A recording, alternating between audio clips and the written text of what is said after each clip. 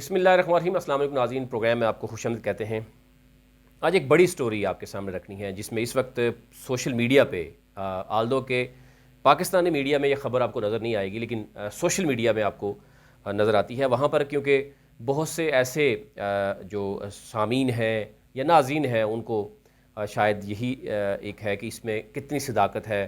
और ये है जनाब जनरल रिटायर्ड सलीम बाजवा जो हैं उनके हवाले से कहा जा रहा है कि ये बाजवा लीक्स हैं एक बहुत बड़ी, जिसमें अभी तक जो सूरत हाल बताई जा रही है उसमें $40 मिलियन का बताया जा रहा है कि जनाब उनके जो पैसा है वो मुल्क से बाहर है, कंपनीज़ हैं और बहुत डिटेल जो है ना उसको बताया। लेकिन दो तीन चीज़ें सामने आपके रखते हैं। आप एक तो ये है कि पहली बात यह है कि ये एक सीनियर सहाफ़ी ने ये स्टोरी दी है और वो अमेरिका में मौजूद है। इससे ही आपको नज़र आ जाएगा कि अमरीकी कई दस्तावेज़ ऐसे हैं जो सरकारी दस्तावेज़ात हैं।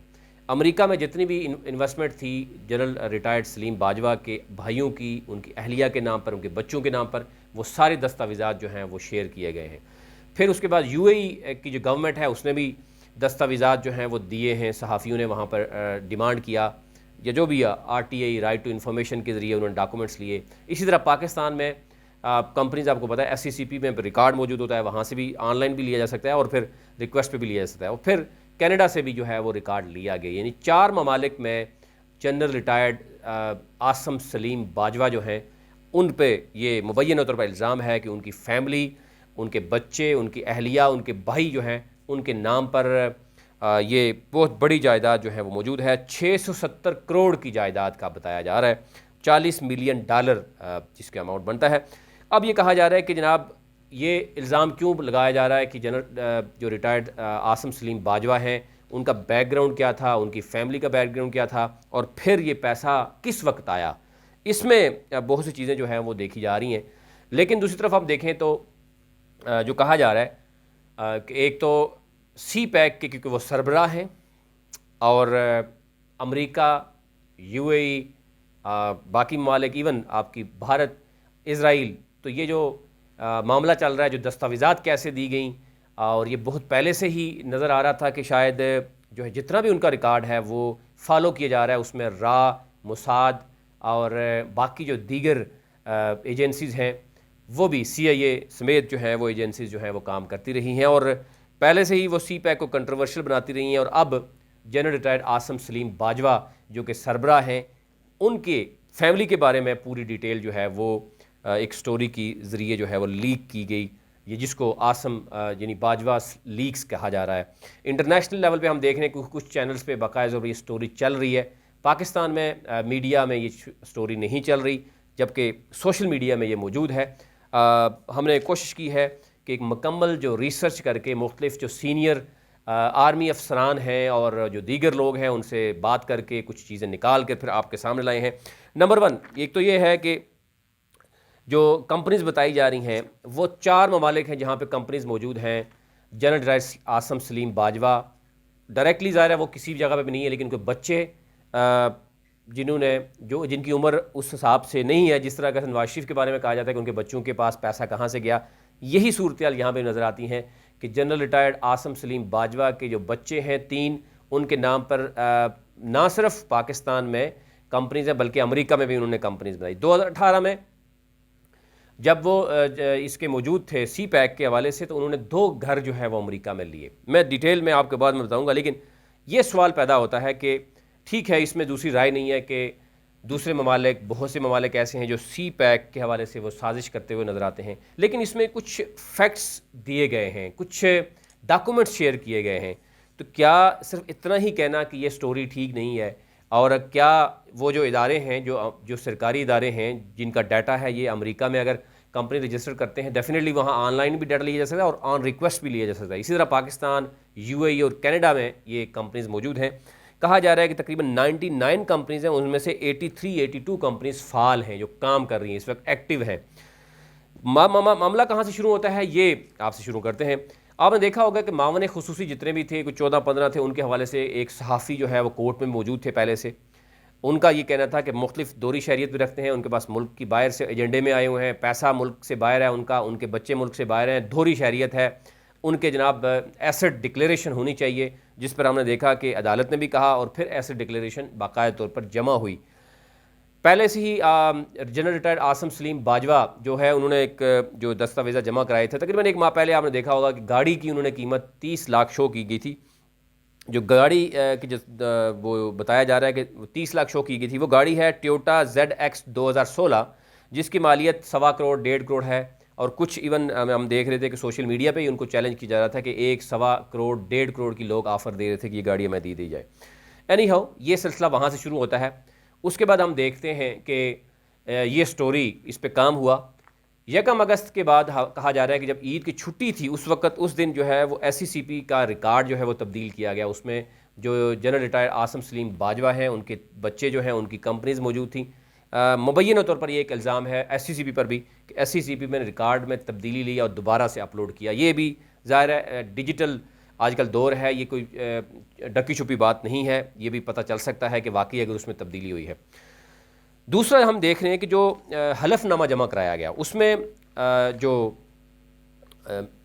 सलीम बाजवा हैं, आसम सलीम बाजवा हैं, उनका जो दस्तखत हैं वो भी मौजूद हैं। उनकी अहलिया की जानब से जो हलफनामा दिया गया उसमें इनके दस्तखत मौजूद हैं, जिसमें ये कहा गया कि टोटल 31 लाख की मालियत की उनकी सरमायाकारी है पाकिस्तान में, और बैरून मुल्क में किसी भी मुल्क में उनकी कोई बराह रास्त या जो भी है उनकी सरमायाकारी नहीं है। वो इनके दस्तखत भी मौजूद हैं। अब जो दस्तावेज़ात शेयर किए गए हैं उसमें अमरीकी जो हुकूमत है, उसके जो इदारे हैं, उसके सरकारी दस्तावेज़ात मौजूद हैं। इसी तरह कनाडा, UAE और पाकिस्तान की जो SCCP में है उसमें दस्तावेज़ात में बताए के मुताबिक कहा जा रहा है कि फ़र्ख ज़ेबा जो इनकी अहलिया हैं, उनके नाम पर 13 कमर्शियल जो है वो से ज़ायद जायदादें मौजूद हैं, जिसमें 2 शॉपिंग मॉल भी बताए जा रहे हैं। और इनकी टोटल मालियत बताई जा रही है 40 मिलियन 670 करोड़ की मालियत बनती है ओवरऑल। अब यहाँ तक तो ये बात समझ आ जाती है कि जो इल्ज़ाम लगाया जा रहा है मुबैना तौर पर कि जनरल आसम सलीम बाजवा पर, कि वो जब DGISPR रहे उससे पहले ज़ाहिर है वो बड़े अहम ओहदों पर रहे। ओहदे जो है वो आपको मैं अगर बताऊँ तो ज़ाहिर है इस वक्त वो एक तरफ मामले खुसूसी हैं बराए इत्तलात वज़ीर-ए-आज़म के, दूसरा जो है वो CPAC के सरबराह भी हैं। इससे पहले वो बड़े अहम ओहदों पे रहे हैं। वो कमांडर 111 ब्रिगेड भी रहे हैं, वो कमांडर सदरन कमांड भी रहे हैं बलूचिस्तान में, और इस तरह बहुत अहम अहम ओहदों में रहे हैं। और फिर वो मुशर्रफ साहब के साथ ADC भी रहे हैं। अब उन पर यह कहा जा रहा है कि वो 1984 में वो फ़ौज में यानी आर्मी में आए, और उसके बाद 2002 तक इनके पास कोई कंपनी नहीं, कोई असासाजात नहीं। इनके भाई भी नॉर्मली वो करते हैं, वो मैं आपको अलग बताऊँगा कि फ़ैमिली क्या है।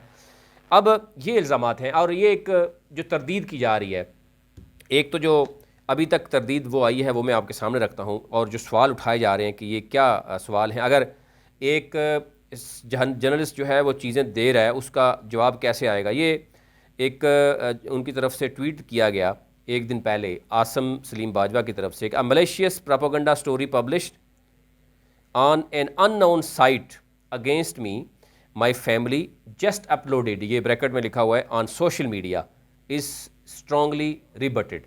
ये नहीं, उसका उन्होंने स्ट्रांगली जो है वो उसका कहा जी कि ये कुछ भी नहीं है, एक वैसे सोशल मीडिया पे एक स्टोरी है और उनके ख़िलाफ़ प्रोपेगेंडा है। अगर वाकई ये वैसे प्रोपेगेंडा है तो ये उसको सज़ा मिलनी चाहिए। इस वक्त जो अहमद नूरानी है वो अमेरिका में मौजूद है। अमेरिका के इदारों ने सरकारी दस्तावेज़ात दिए हैं और उनके मुताबिक जो जनरल रिटायर्ड आसम सलीम बाजवा के भाई हैं, उनकी अहलिया, उनके बच्चों के नाम पे वहाँ कंपनियाँ मौजूद हैं, कनाडा में है, UAE में है और पाकिस्तान में मौजूद है। अब इसमें अगर ये एक स्टोरी है और इसमें अगर ये लग रहा है कि ये स्टोरी सारी फेक है, तो डेफिनेटली उसके मुतबादिल उन कंपनी से फ़ौरन जो है वो रब्ता करना चाहिए और उन गवर्नमेंट से रब्ता करना चाहिए कि ये दस्तावेज़ात जाली हैं, फ़ेक हैं, और ये स्टोरी जो है वो फ़ौरन जो है वो सामने आनी चाहिए। दूसरी भी, अब क्योंकि पाकिस्तान में अभी फ़िलहाल इलेक्ट्रॉनिक मीडिया में वो चीज़ सामने नहीं आ रही, वो उसकी कई वजूहात हैं। एक तो ये एक तासर मौजूद है कि क्योंकि CPAC के हवाले से अगर हम बात करें, इसमें दूसरी राय नहीं कि भारत, उसकी रा, इसी तरह अमेरिका, CIA, इज़राइल, मोसाद और इवन UAE की अगर हम बात करें तो वो भी, उनको भी CPAC खटकता हुआ नज़र आता है। और क्योंकि जनरल रिटायर्ड आसम सलीम बाजवा जो हैं वो CPAC के सरबराह भी हैं और उन्होंने बड़ा अच्छा काम किया, अभी बड़े काम चल रहे हैं, इस वजह से इनके खिलाफ साजिश है। लेकिन दूसरी तरफ ये भी कहा जा रहा है कि जिस जिस ओहदे पे वो रहे उसी दौरान कंपनीज जो है उसमें इजाफा होता गया, उनके बच्चों की कंपनी, उनके भाइयों की कंपनियाँ जो है उसी वक्त बनती गई जब वो मेन ओहदों में रहे। मिसाल के तौर पर अगर मैं बताऊँ, पहले थोड़ा सा आपके उनकी बैकग्राउंड आपसे शेयर कर लेते हैं कि आसम सलीम बाजवा जो हैं उनके फैमिली के हवाले से जो बताया जा रहा है कि 9 उनके बहन भाई हैं, 6 भाई हैं और 3 बहनें हैं। इनके वालिद जो हैं वो सादकाबाद में डॉक्टर थे, सरकारी थे और मुख्तलिफ यानी अब ये भी नहीं बताया, नामालूम वजह है कि उनको कत्ल कर दिया गया था। और उनके पास जो है वो कई एकड़ जो है वो ख़ानदानी जायदाद थी, दुकानें थी और एक दुआ साज कंपनी के वो शेयर होल्डर भी थे, जो कि लेटर ऑन हमने देखा कि इनकी वालदा जो हैं वो शेयर्स उनके पास वो मौजूद रहे। उनके जो भाई हैं नदीम बाजवा और फैसल बाजवा, जो कि 90s में ग्रेजुएशन जो कहा जा रहा है, जो चीज़ें बता रही हैं कि पंजाब यूनिवर्सिटी से उन्होंने ग्रेजुएशन की और आला तालीम के लिए वो अमेरिका चले गए और अमेरिका में वो पढ़ते भी रहे और साथ जॉब भी करते रहे।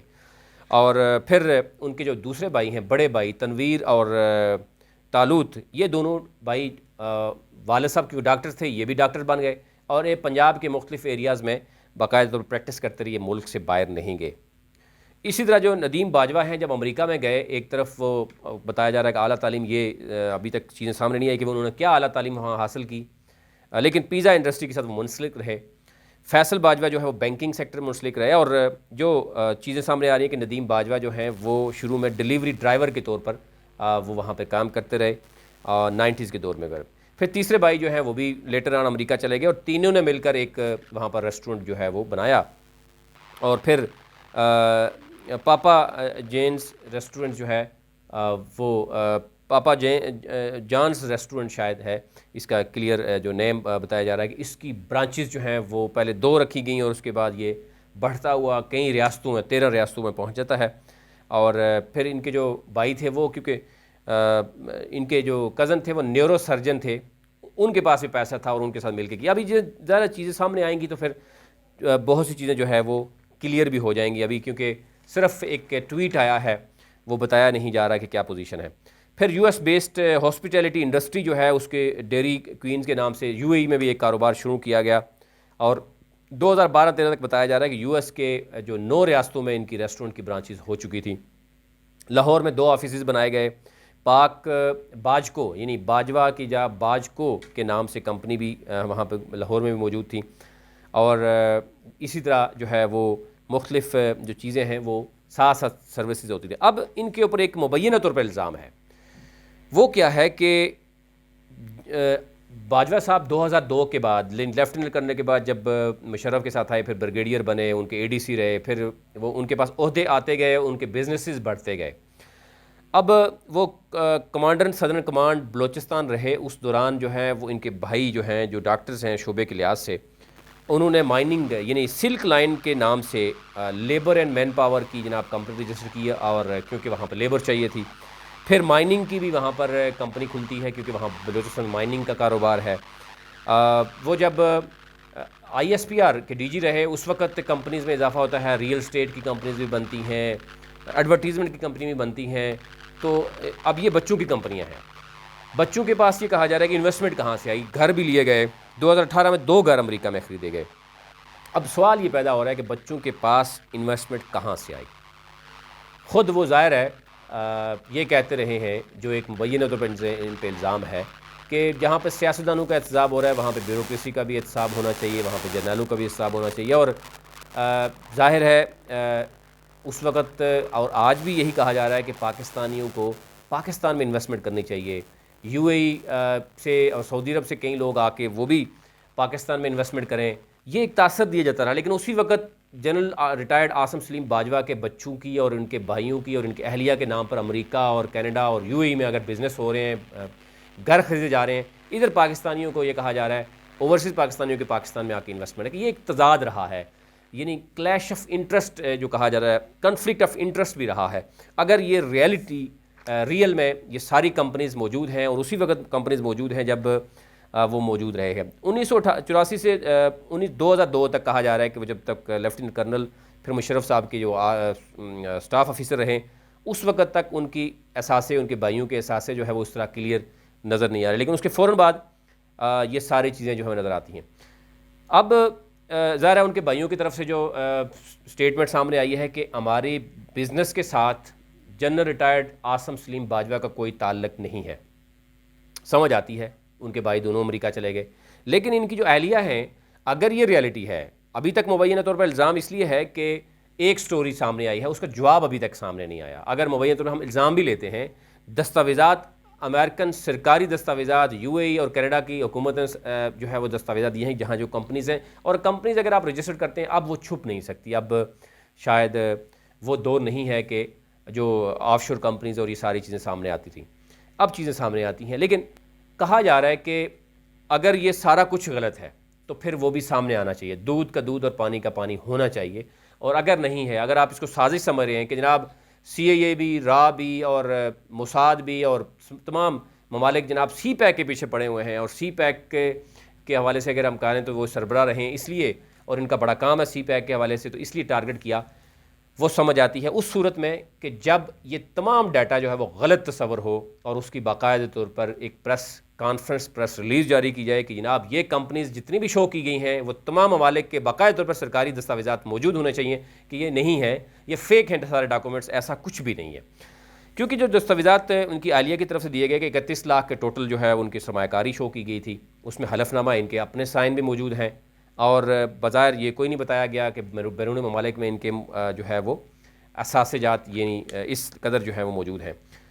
अब जो कुछ कहा जा रहा है कि जनाब 90s में वो गए, 80s में वो गए, और फिर इनकी अहलिया जो है और इनके बच्चों के नाम पर जो मुख्तलिफ जो है वो कंपनीज़ मौजूद हैं, वो कैसे आ गई। 13 कमर्शियल जो जायदादें बताई जा रही हैं, 2 शॉपिंग मॉल्स बताए जा रहे हैं, 40 मिलियन और 670 करोड़ की मालियत के बताया जाए। अगर तो ये सारा गलत है तो ये दूध का दूध पानी का पानी होना चाहिए, ताकि जो साजिश करने वाले हैं वो मज़ीद साजिश ना कर सकें। और अगर ऐसा नहीं है और ये रियलिटी है, ये रियल स्टोरी है और तमाम दस्तावेज़ात सच पर मबनी है, तो फिर जनरल रिटायर्ड आसम सलीम बाजवा साहब को ख़ुद ही समझ जाना चाहिए कि जब दूसरों से पूछा जा सकता है कि उनके बच्चे जो छोटे हैं उनके पास पैसा कहाँ से आया, तो फिर तो मेरे ख्याल से रसीद जो है ना, रसीदें इनको भी देनी चाहिए। और ये एक ऐसा मॉडल होना चाहिए कि नज़र आए कि नहीं, ऐसा नहीं है कि सिर्फ सियासतदानों का एहतसाब हो रहा है, बल्कि जर्नलों का भी एहतसाब हो रहा है, और उनके जो बच्चे मुल्क से बाहर हैं या उनकी प्रॉपर्टी मुल्क से बाहर है, वो फ्रॉड है, वो झूठ है, वो सब कुछ गलत है। ऐसा कुछ भी नहीं है, सारा कुछ पाकिस्तान में है, क्योंकि पाकिस्तान में भी उनकी बहुत सी कंपनीज अब मौजूद हैं।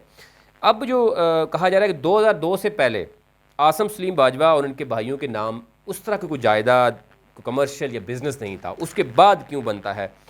इसमें तो ज़ाहिर है एक चीज़ तो वाज़ेह है कि अगर उनके भाई अमेरिका में दोनों मौजूद हैं, कोई शक नहीं कि कई ऐसे बिज़नेस होते हैं जिसमें वो 4-5 सालों में बड़ी अच्छी तरक्की कर सकते हैं।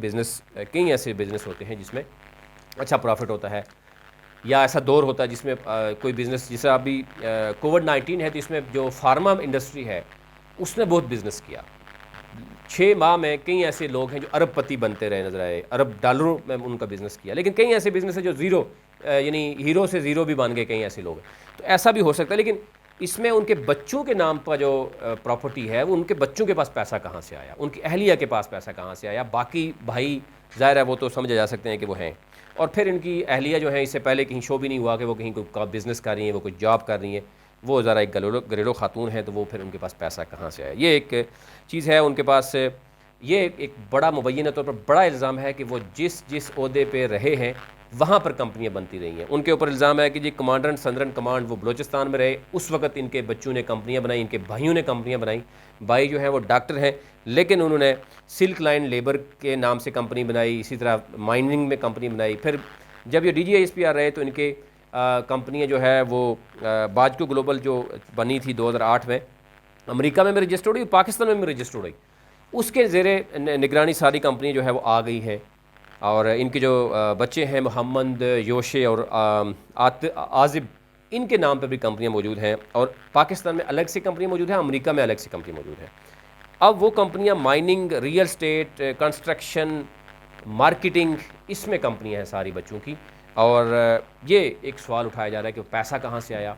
और अगर ये सब कुछ गलत है, हम ये समझते हैं कि वाकई ये साजिश हो रही है, CPEC में इससे दूसरी राय नहीं है कि बहुत से ममालिक लगे हुए हैं, लेकिन ये अगर स्टोरी भी गलत है, इसको बहुत जल्द दूध का दूध पानी का पानी होना चाहिए। Otherwise general retired Asim Salim Bajwa साहब को ख़ुद एक रोल मॉडल बनना चाहिए, उनको रिज़ाइन देना चाहिए। वो कहें जी मैं ये रिज़ाइन दे रहा हूँ, वाकई ऐसा हुआ है, मेरे बच्चों की जायदादें जो हैं वो मुल्क में वापस आएंगी और एहतसाब भी होगा, टैक्स भी जो चोरी हुआ वो भी दिया जाएगा, और वो अपने आप को पेश करते हैं तो समझ आती है कि वाकई कोई एहतसाब है। अदरवाइज़ ये फिर ऐसा ही होगा कि मुल्क में आप देख सकते हैं कि अभी तक स्टोरी जो है वो उस तरह का नहीं चलती हुई। लेकिन क्लियर ज़रूर होना चाहिए, एक ट्वीट से सारी चीज़ें मामलात नहीं हो रहे। अब तो बहुत से सियासतदान, बहुत से ब्यूरोक्रेट, बहुत से लोग सवाल उठा रहे हैं कि अगर ये स्टोरी रियल है, डॉक्यूमेंट्स जो है मौजूद हैं, दस्तावेज़ात, तो फिर इसका मतलब है कि ये सब कुछ हुआ है, और अगर नहीं हुआ तो फ़ौरन उन दस्तावेज़ात को चैलेंज किया जाए और उनको फेक डिक्लेयर किया जाए और अपने आप को इससे साफ़ किया जाए। आज तक लिए इतना ही, मज़ीद कल आपकी खिदमत में हाज़िर होंगे।